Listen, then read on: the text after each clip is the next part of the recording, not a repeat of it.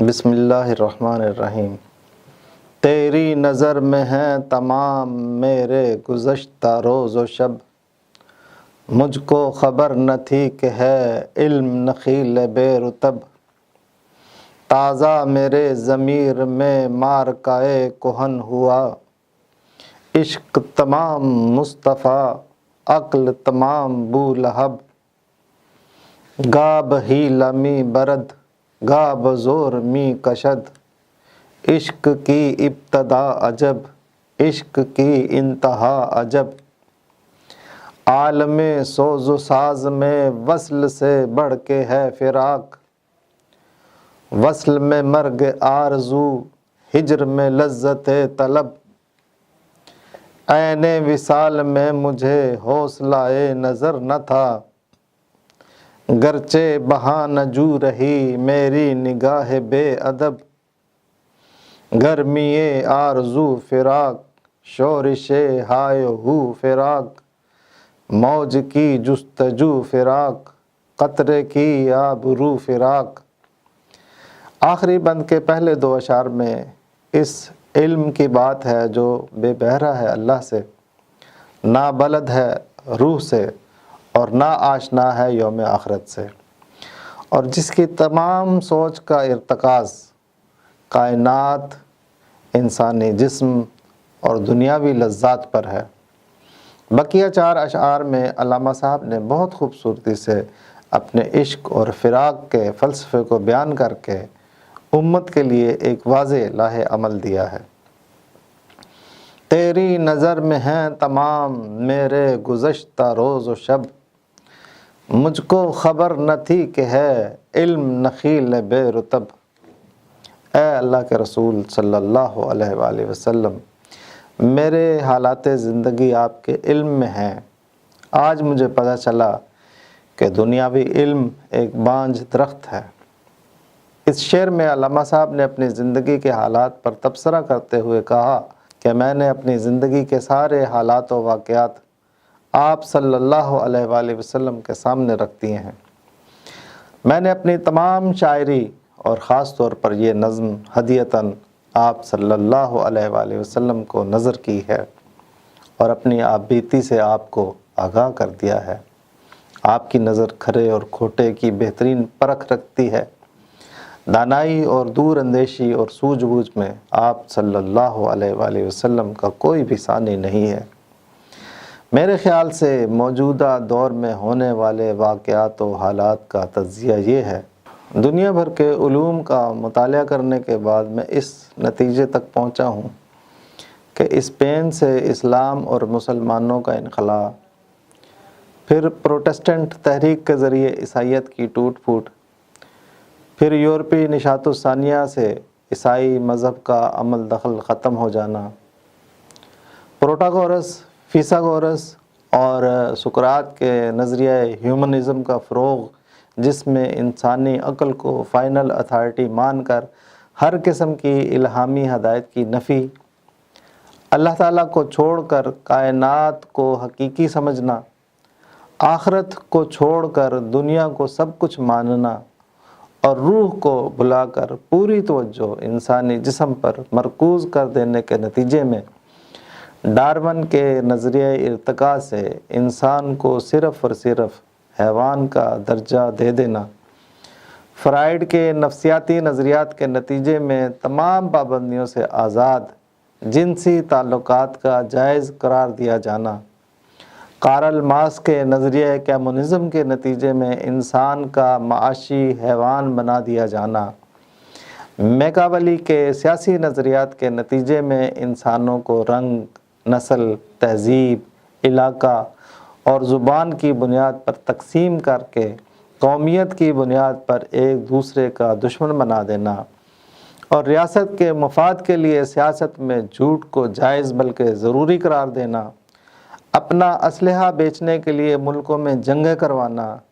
یہ ہے آج کے دور کے علم کی پوشیدہ حقیقت،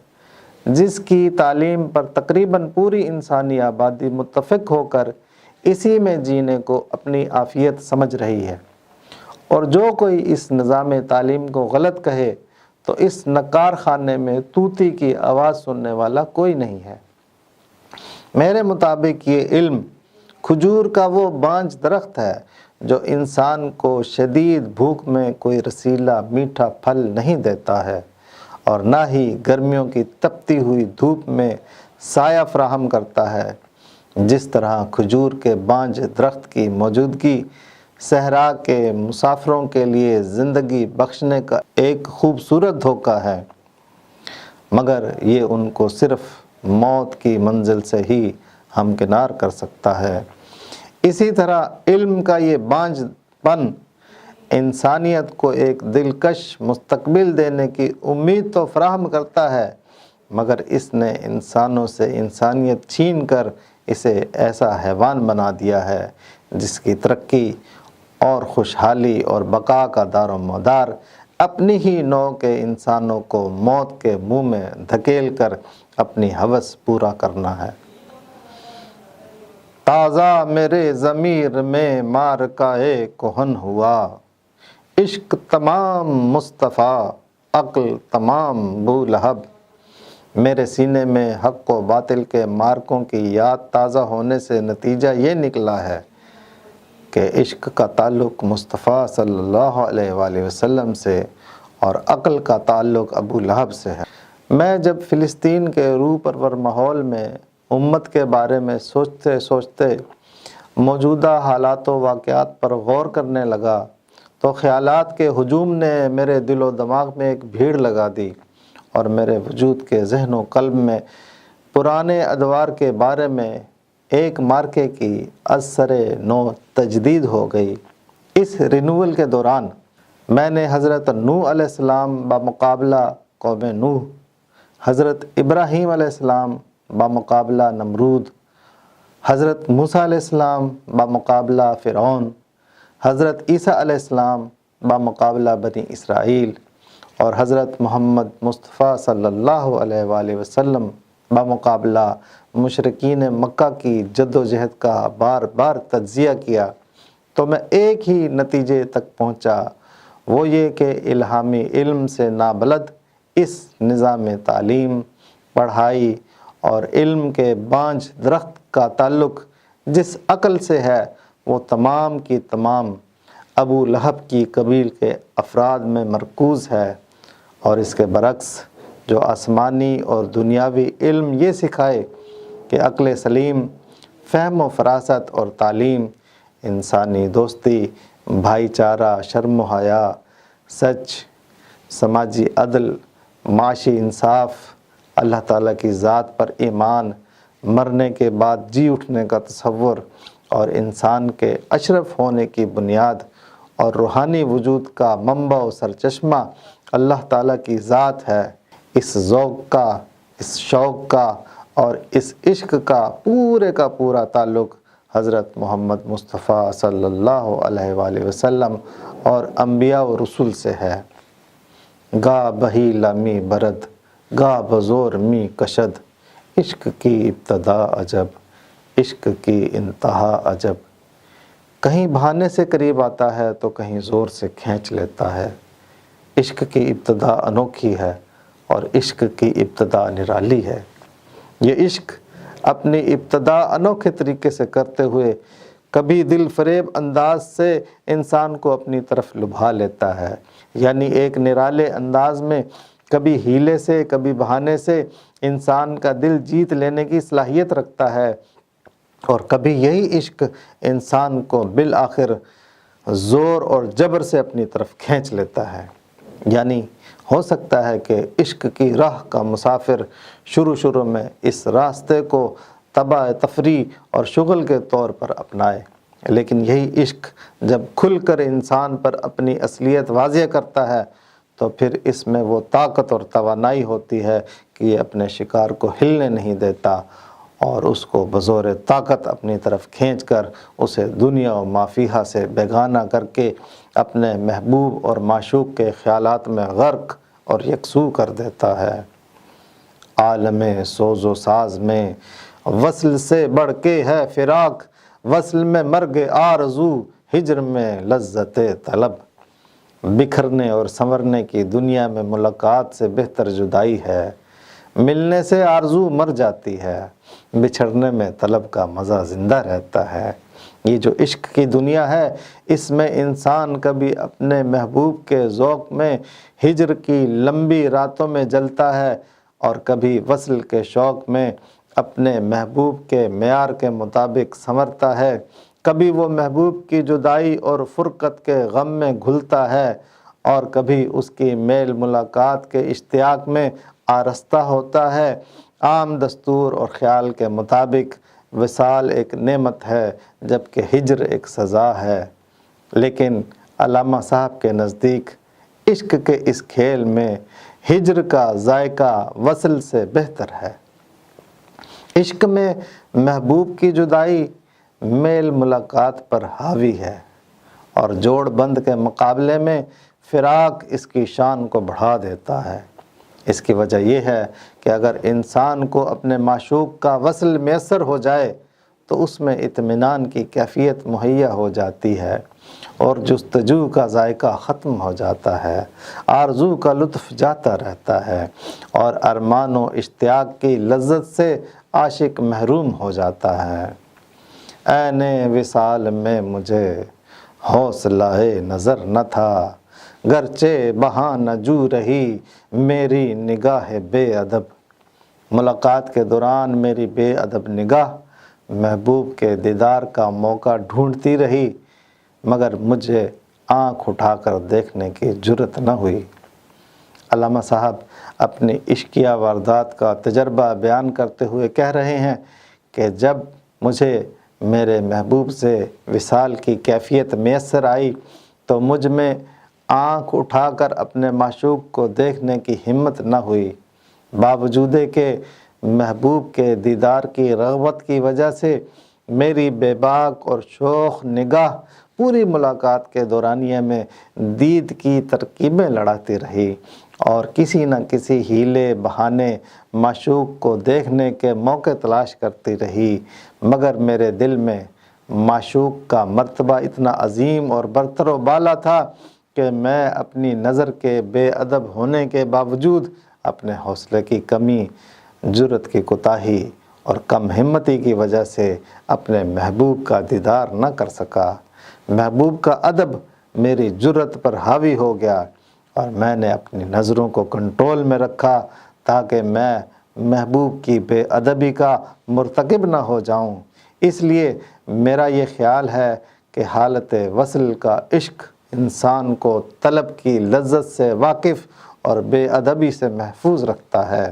محبوب کی چاہت سے سرشار رکھتا ہے اور گستاخی سے دور رکھتا ہے، محبوب کی جستجو کے ذائقے میں سرمست رکھتا ہے اور بد تہذیبی سے پاک رکھتا ہے، اور انسان اپنی پوری زندگی اپنی ذات اور خواہشات سے ماورا ہو کر اپنے محبوب کی خدمت، اس کے حکم کی تعمیل اور اس کے دیے گئے آدرش کی تکمیل میں گزار دیتا ہے۔ گرمی آرزو فراق، شورش آئے ہو فراق،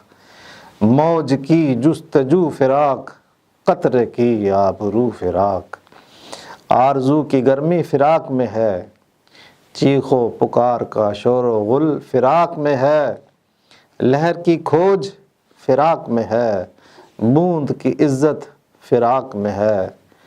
جدائی ہی محبت کی انتہائی شدت فراہم کرتی ہے، جس میں انسان تمام امتحانات سے گزر کر سرخ روح ہوتا ہے۔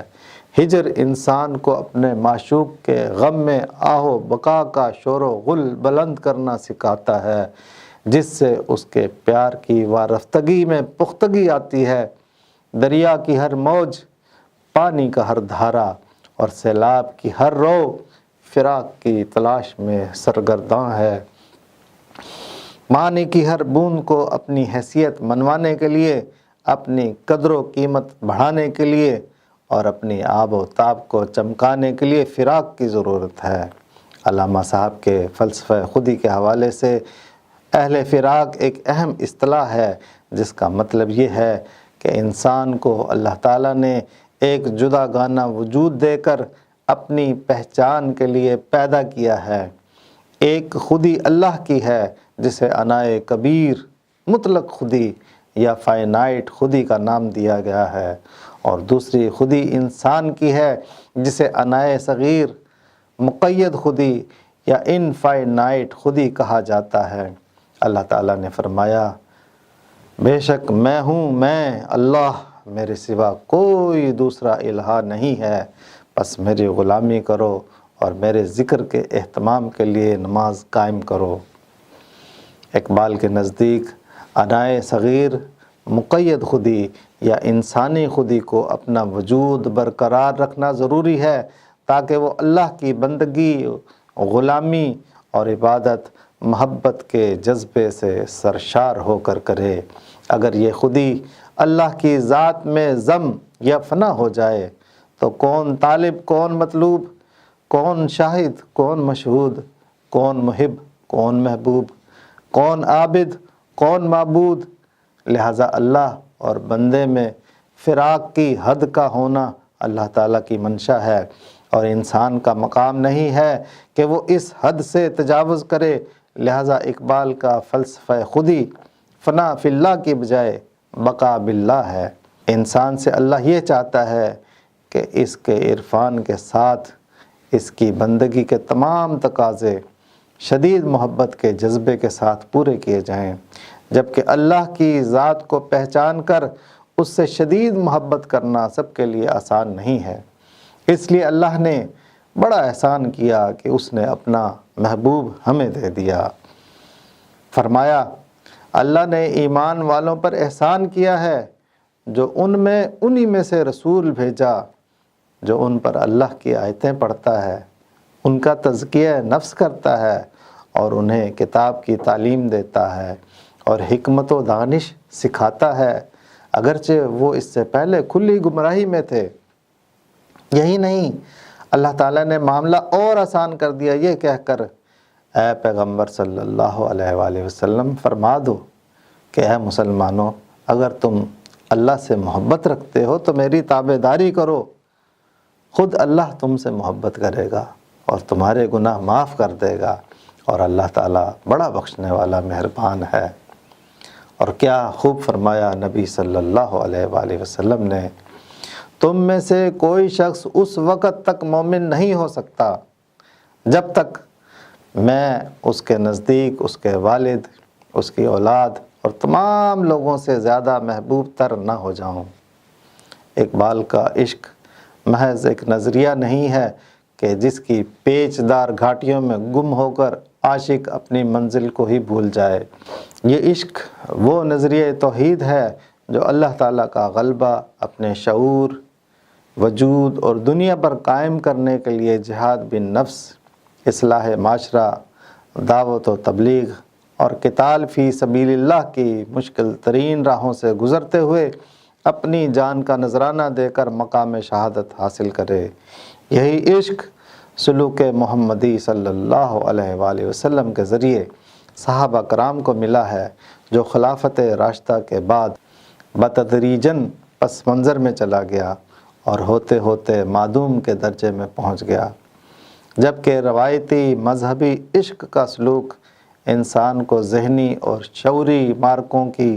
بھول بھلیوں میں گم ہو کر رونے دھونے اور باطل کے لیے میدان عمل خالی چھوڑ کر ابلیسی قوتوں کی کھلی چھوٹ کا سبب بن جاتا ہے۔ قطرے کی آبرو فراق سے مراد وہ قطرہ نیساں ہے جو صدف کی قید میں بند ہو کر سمندر میں موجود ہونے کے باوجود تنہا ہوتا ہے، اپنی آرزو کی گرمی کا محافظ ہوتا ہے، اور سمندر کا شورش اور موجوں کی جستجو بھی اسی فکر میں ہے کہ انہیں بھی قطرہ نیساں کا درجہ حاصل ہو جائے جس کی منزل فراق ہے، اور وہ قطرہ جب اپنی آبرو کی پاسداری مکمل کر لیتا ہے تو دنیا کے سامنے ایک انمول آبدار موتی کی حیثیت میں نمودار ہوتا ہے۔ فرمایا، جو لوگ اللہ کے راستے میں قتل ہو گئے انہیں مردہ گمان بھی مت کرو، وہ زندہ جاوید ہیں اور اپنے رب سے رزق پاتے ہیں۔ گرمی آرزو فراق، شورش ہائے ہو فراق، موج کی جستجو فراق، قطرے کی آبرو فراق۔ السلام علیکم۔